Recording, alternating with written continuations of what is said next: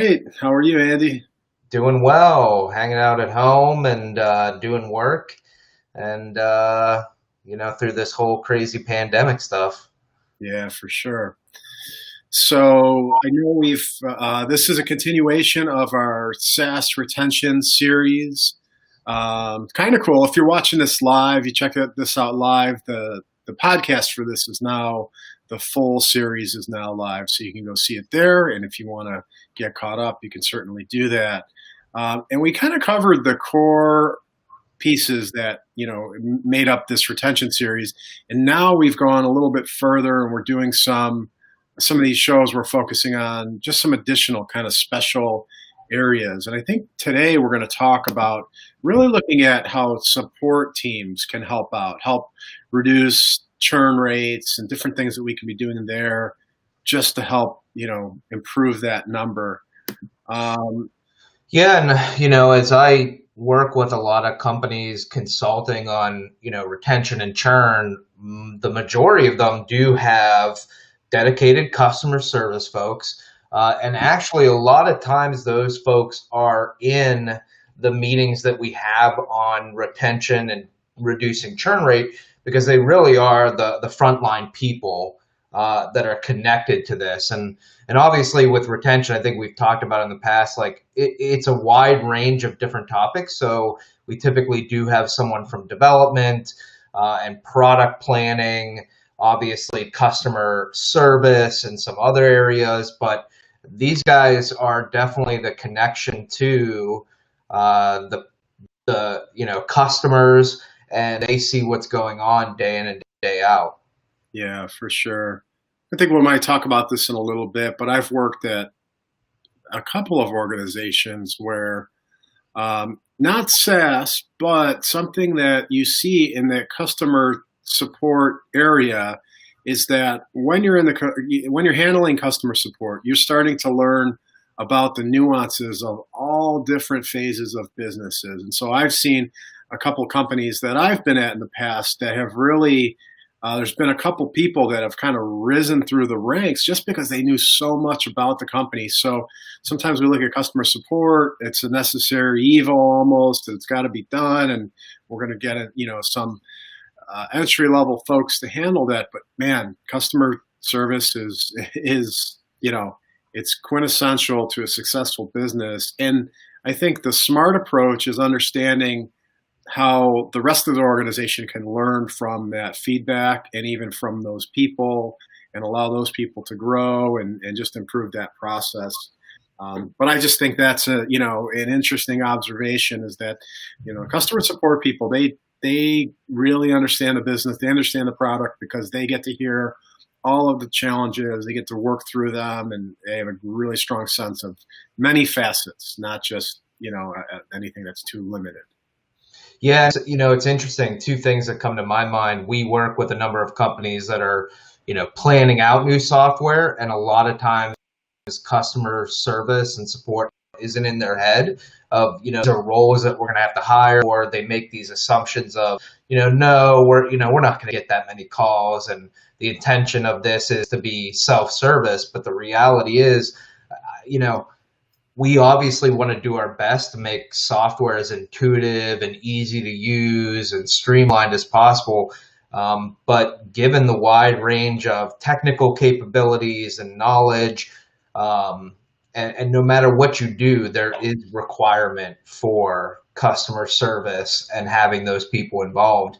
And then the other thing that came to my mind is I've been involved in a couple of development meetings with clients where they're talking about within their dev team about features and development, and there's no customer service people on those calls, which to me is crazy, because if you're talking about feature development or what changes you want to do to even nomenclature within the software, the developers are talking about it and thinking about it from their mindset, but they're not really getting anybody that directly deals with customers. And so I even had a very recent example where there was a client that was talking about the language of a certain feature, and I was listening to them go back and forth, and from the developer mindset, a certain term made sense. But, sitting back as a user or someone as a third party, I'm just like, okay, that is not the normal term that everybody else would use. And I think that's why companies should really have somebody from customer service like really deeply integrated into their development team and development processes. Yeah, that makes a lot of sense. And I think those are the type of things that don't always just come to mind when, a management team gets together and decides to brainstorm and looking at new features and functionalities and how do we grow this. But it's really important. The other thing that I would say is that, the customer support team, especially in SaaS, right? We're just assuming that users are going to walk away, they're going to utilize the software. There's not a ton of opportunity really for relationship building. Obviously, we want to do some great onboarding. The founder might, or somebody else might be kind of that, the name or the face that's on the product, or maybe not. Sometimes there's products that are kind of faceless. But the whole idea of that relationship, if you have a customer support team that is responsive, that treats customers well, that's a lot of like goodwill that's being put forward that people remember, and it helps create those relationships, which are fewer and far between in kind of today's world as opposed to 50 years ago, the ways that things were done, a lot of it because of technology. But when we do have that opportunity, it goes that much further. So I think that's another thing to consider, is that the way you treat the customers, that's going to have a lot to do with when they make a decision. Okay, I'm going to have to cut back on some things. Do I cut this, software application? If they've had a great experience and they feel like those people are going to bat for them, doing work for them, helping them out, that's going to bode well for your SaaS. Yeah.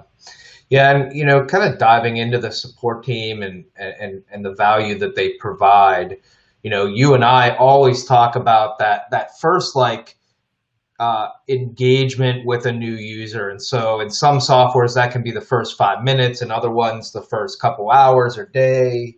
For others it could be the first couple of weeks, and it's just that initial impression and their experience. And I'm always a big fan of how do you get as much value into the hands of the users as quickly as possible. And so we even do a process of experience mapping, where we walk through, okay, this is what the first hour looks like. This is what the first day looks like, the first week of someone being in the software. And here's all the different ways that we interact with them, and, some of the challenges that they might face. But that support team and how they can be involved in the onboarding process is really big, especially for B2B softwares, or ones that are a little bit more complex, and that initial period is a week or 2 or 3 weeks. That support team can be the difference between how many people end up converting from free trials, or how many people make a long-term decision of, is this a great software and a great experience? Am I getting value out of it? And in those, I believe that in those first couple moments, whether days or weeks, that's when someone really locks in their head, this is a great solution and I want to keep it, and it's going to be a big part of my life. So yeah, for sure, those early impressions are going to stay with the user. The other thing is kind of moving on to another topic here. I would say, the customer support team is going to be the one that's going to be developing the ongoing support documentation, so the FAQs and things along those lines.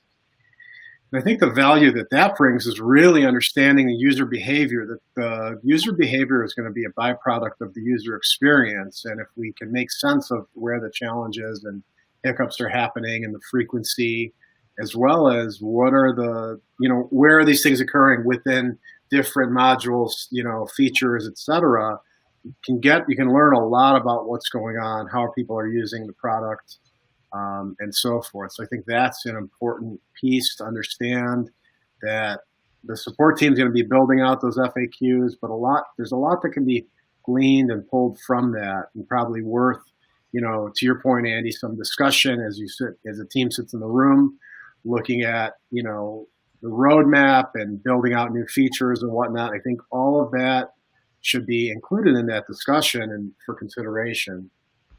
Yeah, and just kind of tying into that a little bit, choosing the right support people is a big part of that. I think, when you talk about them writing frequently asked questions or other documentation, you think about them answering questions for people on live chat or phone calls, being involved with the development process. One thing that I've seen is companies will sometimes go out and find people that have been in customer support for years, but a smarter strategy, and I've seen this with one company, is they went and found subject matter experts. So, if they're an accounting software, they would go out and find folks that maybe had been, in accounting firms before, and maybe those were different roles, but then being able to train them in customer service and customer support and software and technology. But these people had a foundational industry knowledge that then when they were talking to someone and they had a problem, they could connect the dots of what that person was trying to do. Or if they're writing frequently asked questions, again, they have some context for, okay, yes, I'm writing about how this feature works, but I also understand the why, and I can explain that prior to the how. And then same with being involved in development meetings, is that a lot of times those people definitely aren't subject matter experts. They may not be from the industry. They're very focused on tech, that it's good to have that support person that not only understands the voice of the customer, but also has some industry knowledge and compare those together. So I think there's something to having a strategy around, really looking for the right support folks. And it can up the game, I think, of software significantly, just bringing a couple of those right people in that really understand the industry as well as how to be a great customer support person. That sounds like such a simple and obvious tactic to employ, to hire people with the background, in software, in accounting, if it's an accounting software, et cetera, as opposed to just someone with a customer service, customer support background.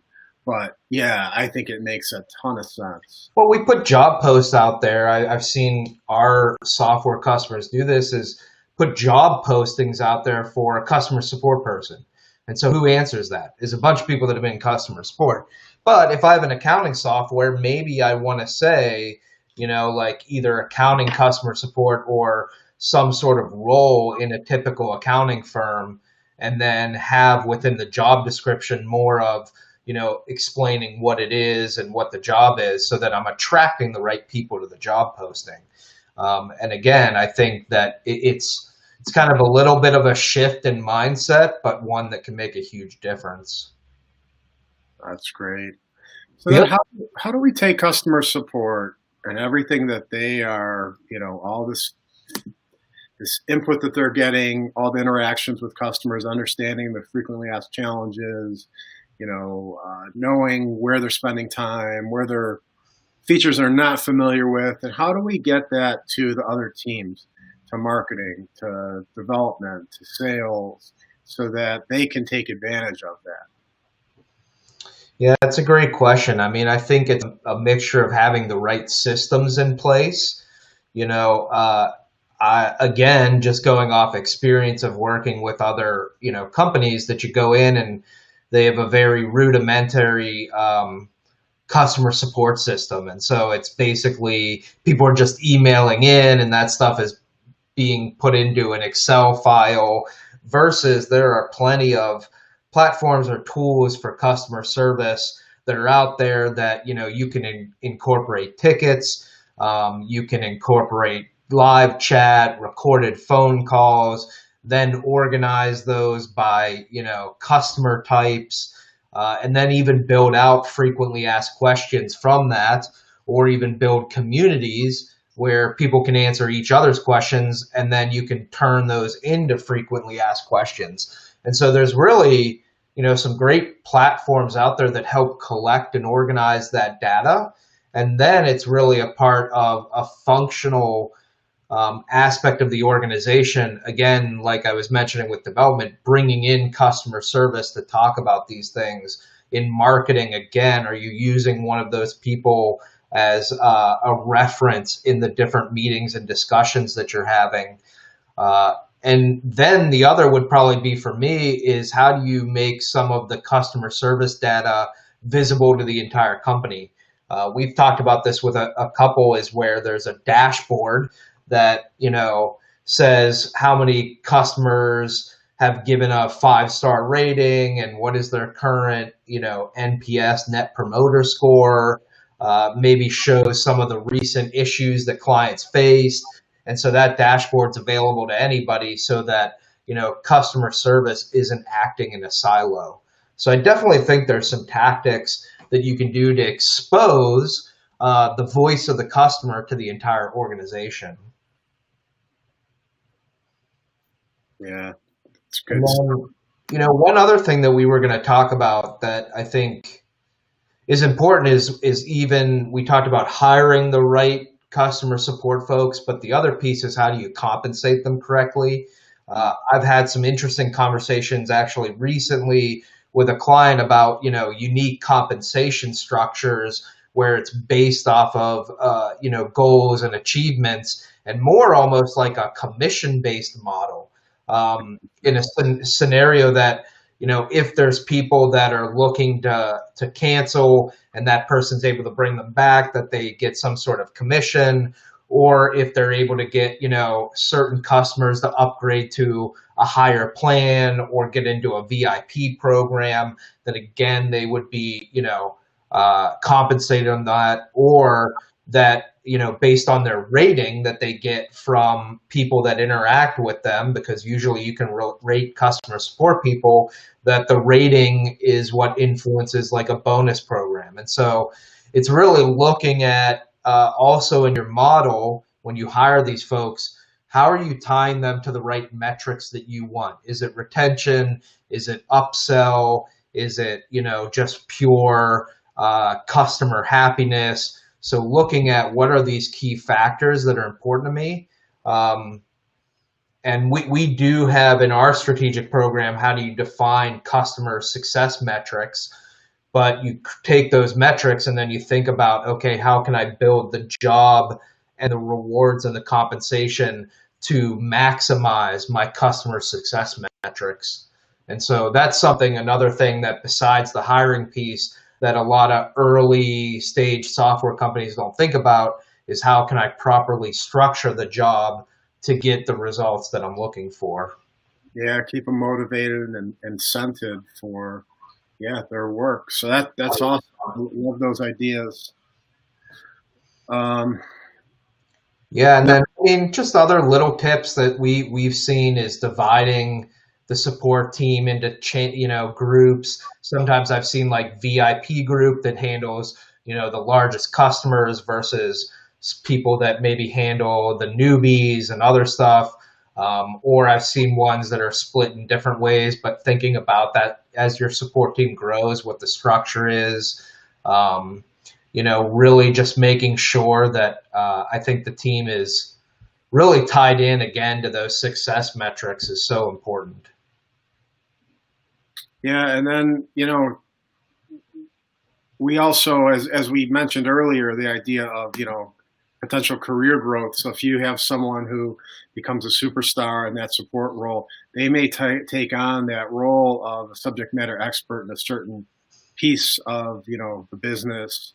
And that may allow them to, elevate and grow and probably add a lot more value to your company as a whole. So be considering ways that you can keep those good people, because again, those customer support people, they're going to really understand. It's that front line. They're dealing with the end users, and they're going to understand the utilization, what people like, what people don't like, and help with a lot along the process. Yeah, I agree. Good. Well, I think this was a great discussion of customer support teams.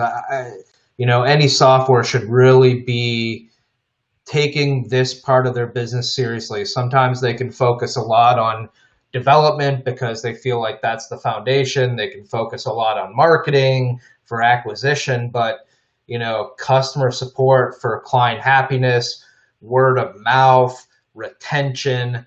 You cannot grow a software business without retaining customers and having a good, history of great customer service, that word of mouth of people sharing this is a great experience. So I think that as much as development and marketing are big parts of a software organization, customer service definitely needs to be one of those pillars as well. Yeah, for sure. Totally agree. And I think it's easy to go in and overlook it a little bit. So that's why we're calling attention to it here today. I think hopefully everybody got, a little takeaway, just some ideas, some concepts that probably are pretty easy to implement and could go a long way. So hopefully you got some value. And again, we encourage you guys to go back and listen to the other episodes, whether that is on our website, on YouTube, on Facebook, on Periscope, or the series is now available on iTunes and Google Play and all the major podcast directories. So we appreciate you guys tuning in. We're going to do a few more special episodes here as it relates to retention, because it's such a big and such an important overarching topic for pretty much all SaaS businesses. Yeah. But with that, we will see you guys next time. Thanks for tuning in.